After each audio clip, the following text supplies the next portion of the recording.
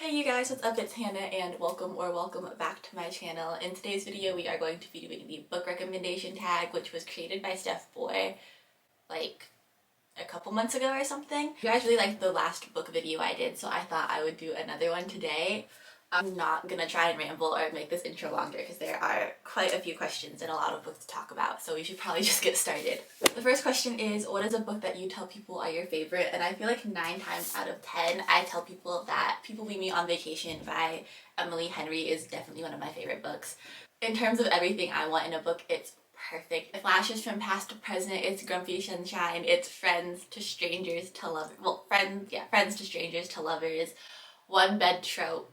Alex is my perfect little grumpy sunshine kind of man, and Emily Henry's writing style is my favorite. She's my favorite author, it has all my favorite tropes, and it's definitely an easy read too, so if you need something to get you back into reading and you want like a cute rom-com, I would suggest People We Meet on Vacation. The second question is a book that you tell people is your guilty pleasure, and I don't have the book with me because I listened to the audiobook. I don't know if guilty pleasure is the right word, but I'm putting it under this question because I absolutely despised this book, but I could not stop listening to it, and that book is Twisted Love by Anna Huang. These books get so hyped up on TikTok and I genuinely don't understand it. But in my personal opinion, Alex Volkov sounds like a wannabe Batman vigilante, and he has no character development and he's just so morally black throughout the entire book, and I don't like the writing style, I don't like the way they talk, but for some reason I just could not stop listening. Like, it was torture, but I was also like invested. So I personally wouldn't recommend it. I did not like it, but I also could not stop listening to it, so I don't know what that says about me. The third question is a book everyone loved but you didn't, and for me that book is The Love Hypothesis by Ali Hazelwood. It's grumpy sunshine, fake dating. I liked the first third of the book, I would say. Basically the plot of The Love Hypothesis is Olive lies and tells her friend that she's gonna go on a date, but she goes to the lab to work, and her friend comes in and she freaks out because she's like, if her friend knows that she's not on a date, it's a problem. So she kisses the first guy she sees, and that guy is Adam Carlson, who is the scariest professor at her school. But they strike up a fake dating deal. She's the sunshine, he's the grumpy. That's kind of how it starts. There wasn't really any character development for Adam, and I'm someone that likes to feel really connected to the characters, and I feel like I was very detached from them, and they were very 2D and didn't have that much personality, so it kind of fell flat for me at the end, but I can see how people enjoyed it. The next question is a book you read the fastest, and I borrowed this book from my friend, so I don't have a physical copy, but that book is Love in Other Words by Christina Lauren. This also could have gone in my favorite book question because I think Love in Other Words is absolutely perfect. You watch them, it's past, present, you watch them grow up, it's childhood friends to lovers to strangers to lovers. So basically the plot of Love in Other Words is that Macy and Elliot grew up as childhood best friends, but then something happened 11 years ago that caused Macy to cut off complete contact from Elliot, and Elliot doesn't know what he did. But it was so bad that all those years of friendship and love and romance just went away, and they haven't seen each other in 11 years.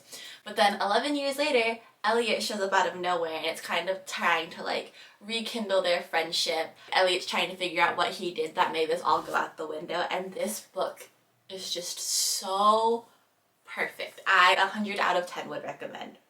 Question number 5 is a book that deserves more hype, and for me that is Cinder / the Lunar Chronicle series.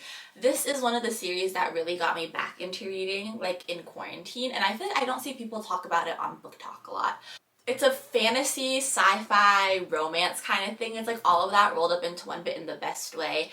It's a dystopian future, and it's obviously a new take on Cinderella, where she lives in a dystopian future and she's part cyborg, and there's this whole cyborg draft because they think cyborgs are less than people, and she gets sent in the cyborg draft to go to the palace because that's where the doctor is, and she ends up falling for the prince.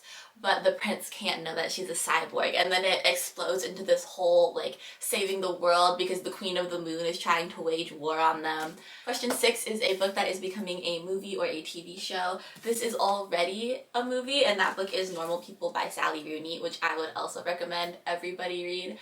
This book is so real and so raw, and it's the best way I could recommend it to someone is if you liked La La Land, I feel like you would like Normal People. I'm gonna hold on to this because Normal People also bleeds into the next question, and that is a book you've reread the most. And for me, that would be Normal People or To All the Boys I've Loved Before. Normal People is just very, very normal people. I don't even know. I don't know how to explain Normal People without spoiling it, but this book is just perfect, and I've definitely reread it a bajillion times. But the other book I feel like I've reread the most is To All the Boys I've Loved Before, just because it's one of those feel-good books that, like, I know will always put me in a good mood if I'm not feeling the best. So if I'm having, like, a bad day, I would definitely reach for this and just read about Lara Jean and Peter because they are so cute. Alright, question 8 is a book from a genre that you don't typically read, and I have never been a big fantasy person. I've always been a mystery rom-com kind of girl, but I recently read the entire Folk of Air series, which is The Cruel Prince, The Wicked King, and The Queen of Nothing, and I absolutely loved this series. The world building, the plot, the subplot of romance was absolutely fantastic. If you want to hear more about the plot of this book, I talked a lot more about it in my reading wrap-up video. I'm very glad that my friends forced me to read this because I definitely would read it again.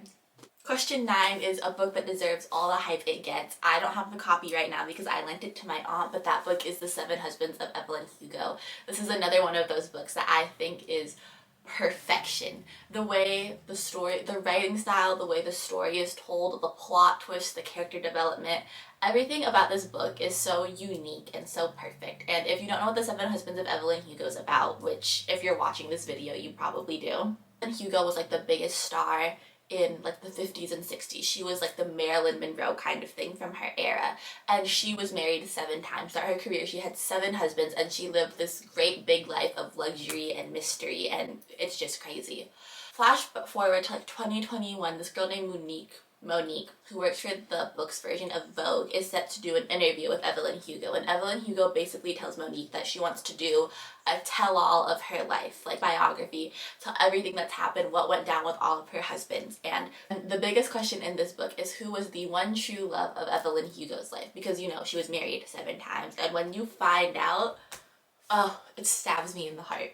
This book is absolutely amazing. 10 out of 10 would recommend.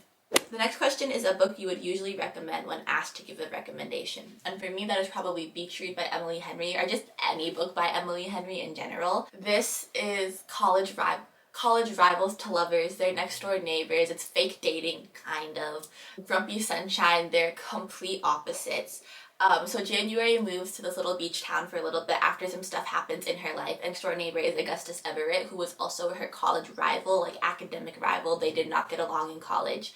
And they're both going through writing slumps. She writes like romance, kind of fluffy, feel-good books, and he writes like sci-fi, doomsday, the world's gonna end kind of books. So they decide to get out of their slump. They're gonna swap genres, and they have to teach each other about their writing genre, and that's how the book kind of starts. Question 11 is a book that has your favorite characters. I don't have the physical book for this because I read an e-version. I'm going to go buy a real version because this is actually one of my favorite books.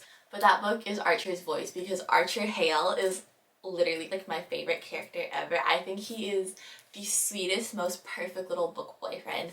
I also talked more about the plot of Archer's Voice in my reading wrap-up video, so you can go watch that video if you want to know more about it. But basically, Bree moves to a small town. She meets Archer, who's kind of the town recluse, and they start developing this relationship. But Archer is just the sweetest, purest human, and I love him so much. Question 12 is a book that you wish you could live in, and this is probably the most basic answer you will get out of all of book talk. But it's true. I would love to live in Harry Potter and go to Hogwarts. Please don't click off this video. I promise I have more opinions than just Harry Potter. But you can't look at this and tell me it would not be fun to live in the wizarding world and go to Hogwarts, so I stand by this answer. Question 13 is a book you thought you would hate but ended up loving, and for me that book is The Deal by Elle Kennedy. This is the first book in the Off-Campus series, and the reason I thought I would end up hating this is because I tried to read it a few months ago and I ended up DNFing because I did not like the writing style. It felt very Wattpad-y to me. But one of my friends loved it and she convinced me to give it another try, and I'm so glad she did, because once I got past the writing style, I love Garrett. I love Hannah and Garrett's relationship. Again, I also talked more about this in the last reading wrap-up video and I don't want to repeat myself. Okay, we are almost to the end. Question 14 is a book that made you cry. I feel like I cry fairly easily over books because I connect to the characters really fast. So I chose the two most gut-wrenching books on my shelves, and those books are The Lovely Bones and Me Before You.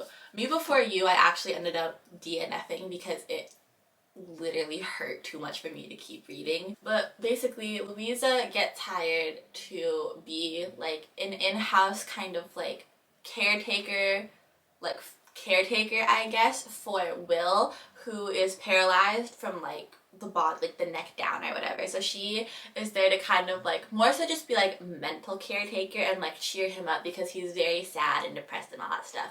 And she's working for them for 3 months, and she finds out that Will is just like, he's not thriving. He's not live, laugh, loving, to put it gently.